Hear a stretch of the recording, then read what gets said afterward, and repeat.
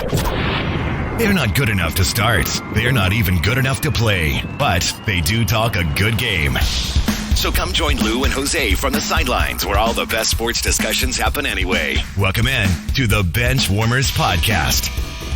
Welcome into the program, everybody. I'm Lou Ruggieri. That's Jose Ortiz. And this is the Benchwarmerz podcast. Wherever, whenever, and however you happen to be listening, we appreciate you taking some time out to spend it with us. Hopefully you've learned something up to this point. And if not, we're going to try to fix that in this next hour. We talked a lot in the previous hour. We talked injuries, week 2 injuries that are just almost seemingly endless, a couple highlights of the NFL season, and also NBA playoff talk.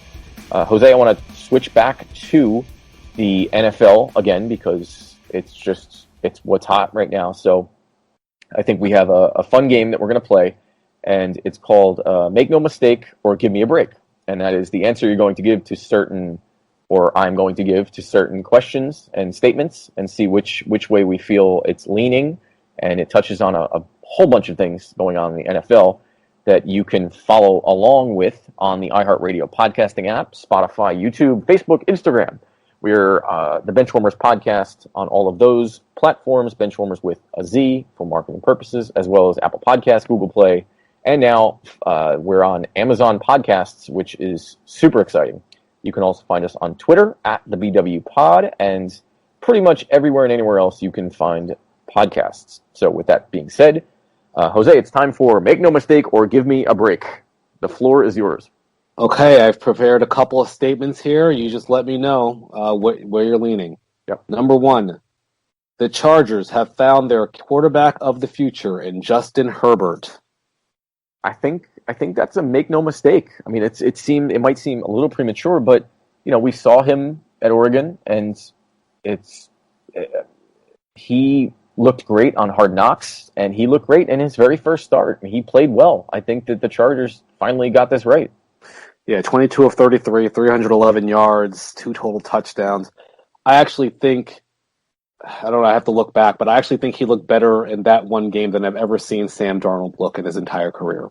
I feel like that's not fair though. I want to start a free Sam Darnold campaign because it could be him. It could just be Sam. It could be situational. Adam Terrible Gase. Absolutely. Because he's Sam Darnold is a victim of circumstance. I think it's just look at the team that surrounds Justin Herbert and look at the team or whatever you want to call a team around Sam Darnold. I mean. No, that's absolutely fair. And quarterbacks are often a product, or almost always a product of the players around them. I just thought that Justin Herbert, it was a different gear than we saw the week before with Tyrod Taylor, and with the same players on the field. And I don't know. I haven't seen that big jump from whether Sam Darnold and whoever the backup was last year. I can't even remember who the backups were last year when they had mono. When Sam Darnold had mono. When they came back, it wasn't like the offense was lighting the world on fire. I don't know. I saw a spark in that offense that I hadn't seen in a while. Yeah, a free Sam Darnold. It's unfortunate because I feel like Sam Darnold's career is setting up to be the next David Carr if he's lucky. Where he just gets shell shocked in those first couple seasons and just gets pounded into the ground with. I don't know. It's not good. He could have Josh Rosen's career, though, right? So at least he actually got a chance to throw the ball for a few years. To be fair, Josh Rosen doesn't have a career, so... Exactly. All right, moving on to number 2 here. Sure. Josh Allen is a top 10 NFL quarterback. Well, I'm going to say make no mistake as of week 2. Because I think that right now you can't argue that he isn't.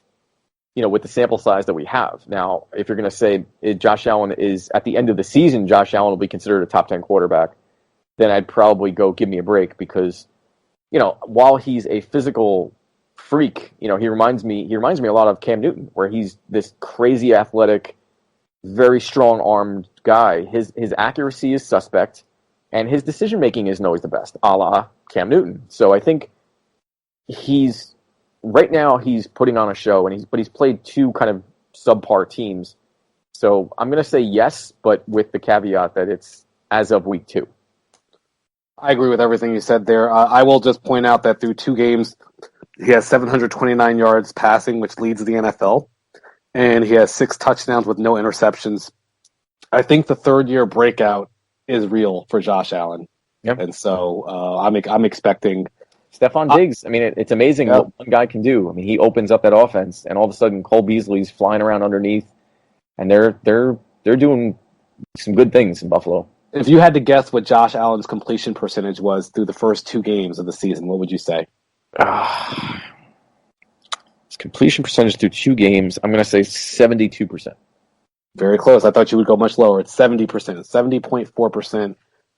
Just wanted to point that out because it looks like I said, it looks like the third-year breakout is real. Yep. All right, number 3. Mm-hmm. The Cardinals are Super Bowl contenders.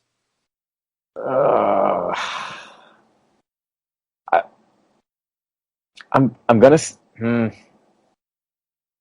give me a break, only because I think that they have a very, very, very tough road to get there, and I think the Seahawks are the class of that division. You know, I think the Niners, decimated as they may be, are still going to play the Cardinals pretty hard, and I think that it's just a little. It might be one season premature for the Cardinals to be considered Super Bowl. I think I think they're slated for the playoffs, but I don't think that, that you need, sort of like what we saw with Jordan against the Pistons. You have to kind of get your teeth knocked in a few times and get beat up and then come back and have that letdown and that adversity to kind of rebound and come back. And I think that the Cardinals this time next year will be Super Bowl contenders. But as of right now, I'd say give me a break. Yeah, I'd say give me a break just because you just look at the road ahead of them. If they were to make the playoffs, you have to go through the Packers. You're going to have to go through the Seahawks. You're going to have to go through the Cowboys. I know you don't think that's a big deal going through the Cowboys, but I think they're a good team. You're going to have to go through the New Orleans Saints and possibly the Buccaneers if they get things together. So if they were the AFC, give me a break. I'd say absolutely.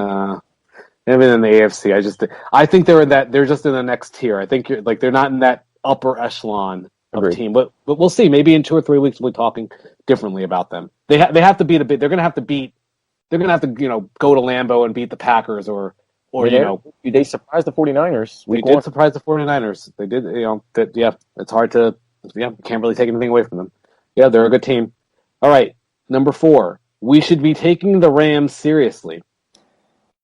I'm going to say make no mistake. Thus far, I was kind of wrong on the Rams. I thought that they were washed up and done, and they are proving to be. Higbee all of a sudden looked like Shannon Sharp out there. He had, 3 touchdowns receiving in week 2? Granted, the Eagles I don't know, they just didn't think that he needed to be covered, I guess, but, overall, Jalen Ramsey, Aaron Donald, obviously, is the 2 of the best defensive players in the league right now. And they look like they're clicking on all cylinders. Robert Woods, Cooper Kupp. They're better than advertised. Yeah, it's hard to disagree with you here. Yeah, it's make no mistake. We should absolutely be taking the Rams seriously. They look about as good as they've looked in 2 years now. So and with the injuries to the Niners, that's a they rise up while the Niners are falling down a little bit. Yeah, right now you have to put the Rams in the playoffs, I think so. Yeah, absolutely. All right, next up. Go to back to the AFC. Mm-hmm. The Ravens are the best team in the NFL. That's tough. I'm gonna say make no mistake. I think that they might be the best team in the NFL. I know the Chiefs are the Chiefs, but I think from top to bottom, and being that it's the regular season, I think the Ravens have proven that they have what it takes. They have a great group of tight ends. They have some solid running backs. They have Lamar Jackson is electrifying. He's the second coming of Michael Vick, but he's a better passer than Michael Vick ever was. And so you have a guy who's quicker and more accurate than Michael Vick. That's scary. And then their defense is amazing. Calais Campbell was such a great pickup. He's just a force on that D line that it's hard to say that the Ravens aren't the best team. Yeah, I've got also that as a make no mistake.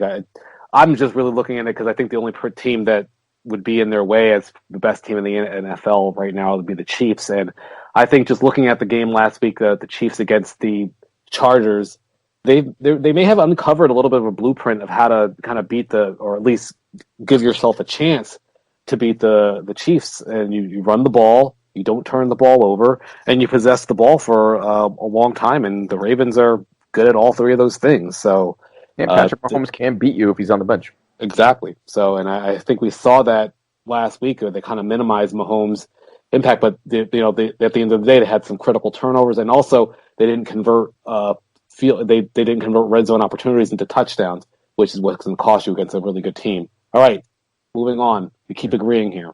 Let's see if maybe we'll get a disagreement here. Aaron Rodgers is still a top 5 NFL quarterback. In what context? This season, or as of right now, or ever? I mean, what's ever? It's kind of hard to say he's not, but I would say as of right now, this season, like as of right now, not right, like this season, if you're ranking top 5 the quarterbacks in the NFL, and you're doing for the whole year, would Aaron Rodgers be in that top 5? I'd say, yeah. Make no mistake. I think that he wouldn't be number 1. I mean, I think Mahomes, Lamar Jackson are right there. I wouldn't put Tom Brady top 5 right now, because he seems like he's struggling to kind of get chemistry and with the rest of his teammates. Drew Brees, I wouldn't put in there. I think Rodgers is definitely top 5. Yeah, make no mistake. Rodgers is probably the 4th. Russell Wilson. Best. Forgot Russell Wilson. Yeah. I think it's Mahomes, Russell Wilson, Lamar Jackson, and then I don't really know who else you could really. I mean, Deshaun Watson, I guess, no, but I don't think it's fair at this point. Kyler Murray's playing better than Deshaun Watson is right now. Would you say? So Kyler Murray's playing better than Deshaun Watson is. I mean, I think Russell Wilson's the best quarterback in the league right now, and that's almost impossible to argue. Yeah, but yeah, I think Rodgers belongs in that top 5 at least. Yep. Okay, last one here. Mm-hmm. The 2-0 Bears are a playoff team. I'm going to say give me a break. I'm not sold. I mean, they do have a championship caliber defense, but I just don't think that it's sustainable. And the Packers look like they're going to be the class of that division. I just don't think they're going to be able to sustain this for the length of the season. And you look at their 2 wins. They beat the Detroit Lions, almost lost that game. They beat the New York Giants, almost lost that game. This is an absolute give me a break. The 2-0 Bears, it's a nice start. Mitch Trubisky, maybe. No, I mean, he's certainly not saving his job, I don't think. But it's they're not making the playoffs. Yeah. All right, I got a couple for you, and then we'll take a break. So make no mistake or give me a break. The Eagles are the worst team in the NFC East. Man, it's a lot to choose from. Yeah, I'm gonna say give me a break. The Giants are the worst team in the Giants or the Redskins are going to end up being the worst team in the NFC East. But I never thought it would even take that long to think about that. Yeah, I agree. I think the Redskins are still going to be the worst. Yeah, or the Washington football team. I'm sorry, whatever they are. Yeah, they're the Redskins. So make no mistake or give me a break. The San Francisco 49ers will not make the playoffs this season. Man, it's tough because I'm a 49ers fan, as everyone knows. So I'm sportscaster, so you need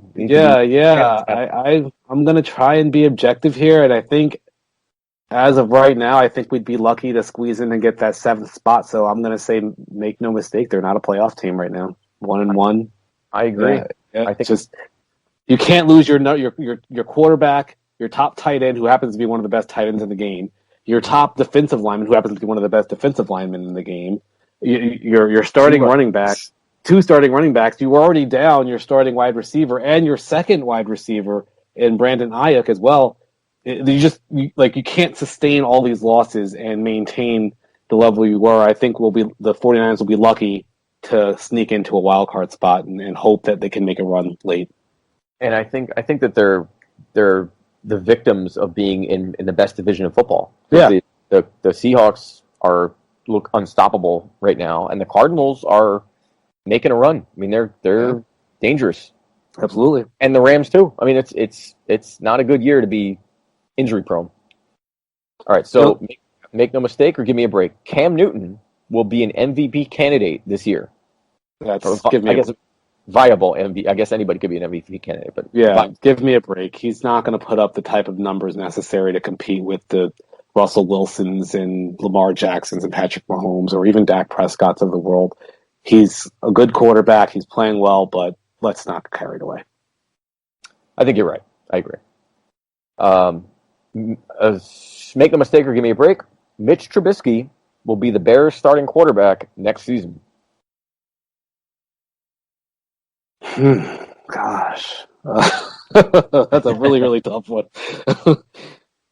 I have to say, make no mistake, I think. That's a tough one. I'm going to say make no mistake. He'll be the starting quarterback because I don't think that Nick Foles is going to give them that much of an advantage or upgrade over Mitch Trubisky.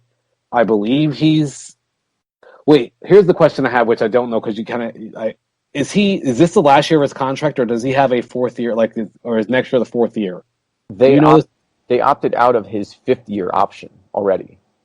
And so is this his fourth year or is this his third year? He was 2017 draft, right? I think. Yeah. So it'd be right. His third year, so next year will be his fourth year. So I guess... Yeah. So he'll be the starter next year. Yeah. But I would imagine that they're drafting another quarterback. No matter where you... they may not have the number one pick this season, but you have to draft a quarterback with one of your first three picks if they're Chicago Bears next year. So he'll probably start the season as the starter. I don't know if he'll finish the season as the starter next year. That's fair. Fair across the board. I agree. Finally, all right, last one. Make no mistake or give me a break. Deshaun Watson is overrated. I mean, I'm going to say give me a break. I think he's a really good quarterback. They haven't, he's put up big numbers. They've had winning seasons with him there. He's made the playoffs consistently. Overrated. I mean, I don't think people are rating him. I guess he's been considered a kind of a top 5 quarterback in that area, and we just said that we didn't consider him over Aaron Rodgers. So I guess the question would be where I still think he's in that 5, 6, 7 range area. So I would say, give me a break. He's not overrated. I think I would agree with that. I think the Texans as a team are going to be overrated this season because they just, they have some good pieces, but they have nothing exceptional. I mean, J.J. Watt looked good, but he's going to get injured for at least 6 weeks at some point during the season. So I feel like, Deshaun Watson is good, but he's just in a precarious situation. So, okay. So we're going to take a break, and we're going to come back, and we have to it's time to review sort of our last week's picks, kind of get through our overall record with our season-long bet wins and losses, some gambling picks, and then we have to go through and make our Week 3 predictions. So that's a lot to do. So we're going to take a break and come right back on the Benchwarmerz podcast. If you're sick with COVID-19 or think you might have it, take steps to help protect other people from getting sick. Stay home except to get medical care. Call the doctor before visiting. Separate yourself from others who live with you. Wear a cloth face covering to protect others. Cover your coughs and sneezes with a tissue and clean your hands right away. Avoid sharing items with other people in your home. This includes things like towels and bedding. Be sure dishes are washed in hot water or the dishwasher before anyone else uses them. Stay aware of how you feel. If you start to have difficulty breathing or if you're worried about your health, call your doctor. For more tips, visit cdc.gov. And now back to the Benchwarmers podcast with Lou and Jose.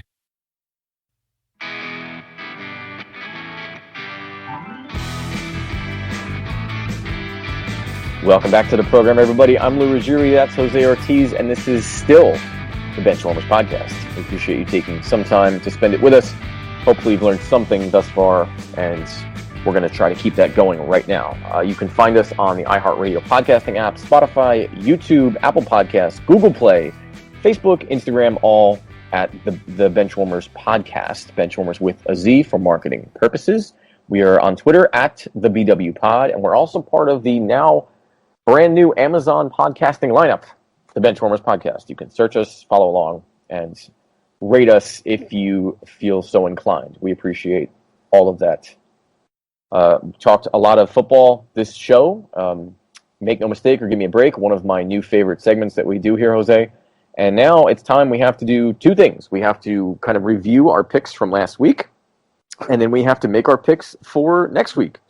And so, yeah, we're doing, I think I'm one game ahead of you right now in the overall record. Yeah, so through Monday Night Football, because, peel back the curtain, as we like to say, we are recording tonight on Monday. Normally we record on Tuesdays, but we're recording this week on Monday. Monday Night Football's in progress. Right now we both went 14-1 this week in our picks, which is a nice week. I overthought it and took the Giants over the Bears, although the Giants came close, but that was kind of overthinking it.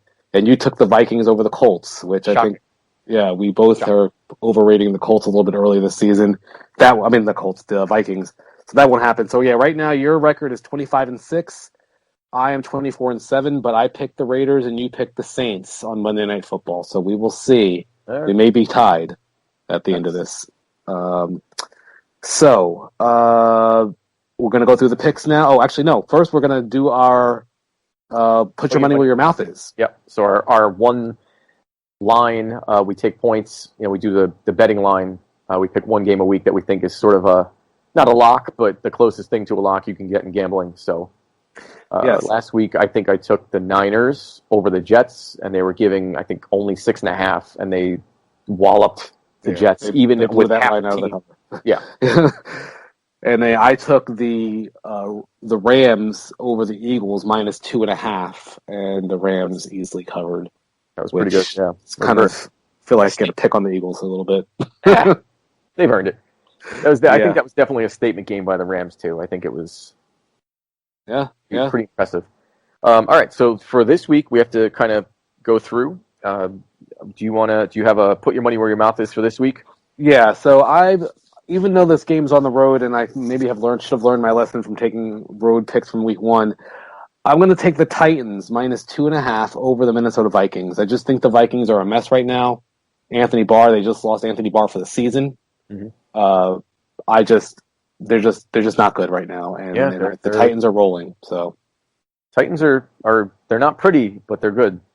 Yeah, that's and a good way of putting it. Are not firing on all cylinders, and no one seems to really understand why. Kirk Cousins, didn't he throw for 3 interceptions in week 2? I mean, it was bad. They were down like 28-3 at one point. I feel like I'm looking at the game like, what is happening here? Like, why aren't you giving the ball to Dalvin Cook? I don't understand. But let the run set up the pass. Watch, pay attention. This is why you paid the man. This is why you paid him so much money.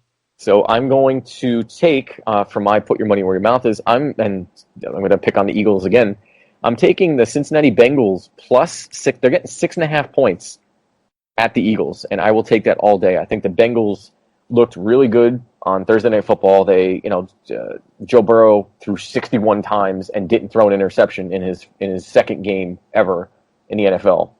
And I think that they ran up against the buzzsaw in a very angry and talented Cleveland Browns team and the Eagles they're not even close to the talent level of the Browns. So I think that the Bengals are going to put up.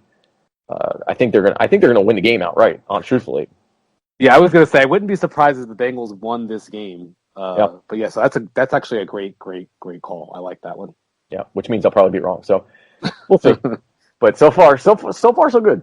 So far, if our listeners had bet with you, bet their life savings on the games you picked, they'd be rich, or they have lots of money. So follow Lou's advice. He's going to make you rich. Don't bet your life savings, though. No, don't do that. I don't want that pressure. So, all right, Jose, it's time for our week 3 picks. We got to look ahead. This show we record it once a week. It comes out twice a week, and we have to fit everything in. So we have to talk week 3 already. So let's go through it. Week 3. Right. Thursday Night Football. The snoozer of the year so far. Miami at Jacksonville. Why is this game on television? You know who loses this game? We do. You know who's getting husband points on Thursday? This guy, because I'm going to be like, it's okay, babe. I don't have to watch the game tonight. Oh God, we all lose. Nobody's winning this game.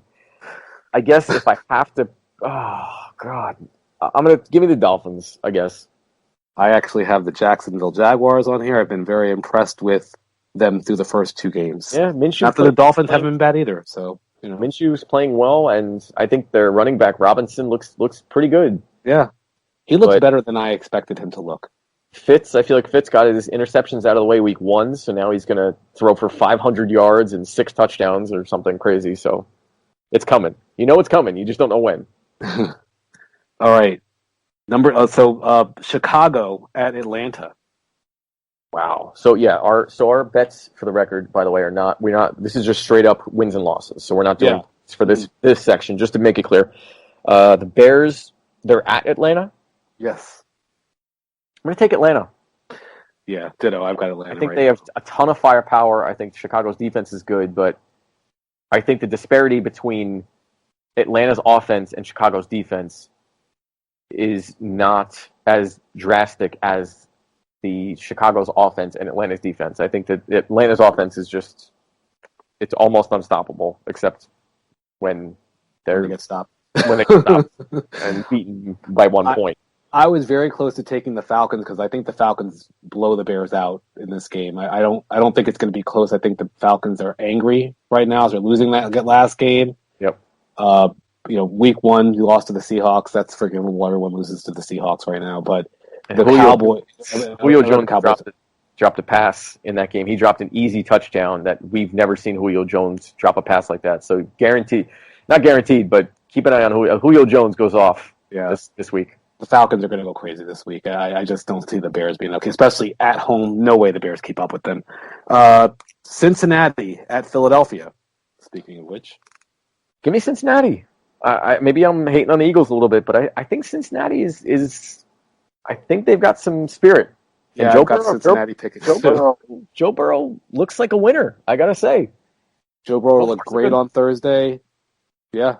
It's hard to pick against them. They've got the talent. They look good. The Eagles are a mess right now. They are at home. They are at home. Yeah, but I don't know how much that means right now in the coronavirus age. So agreed. All right, Houston at Pittsburgh.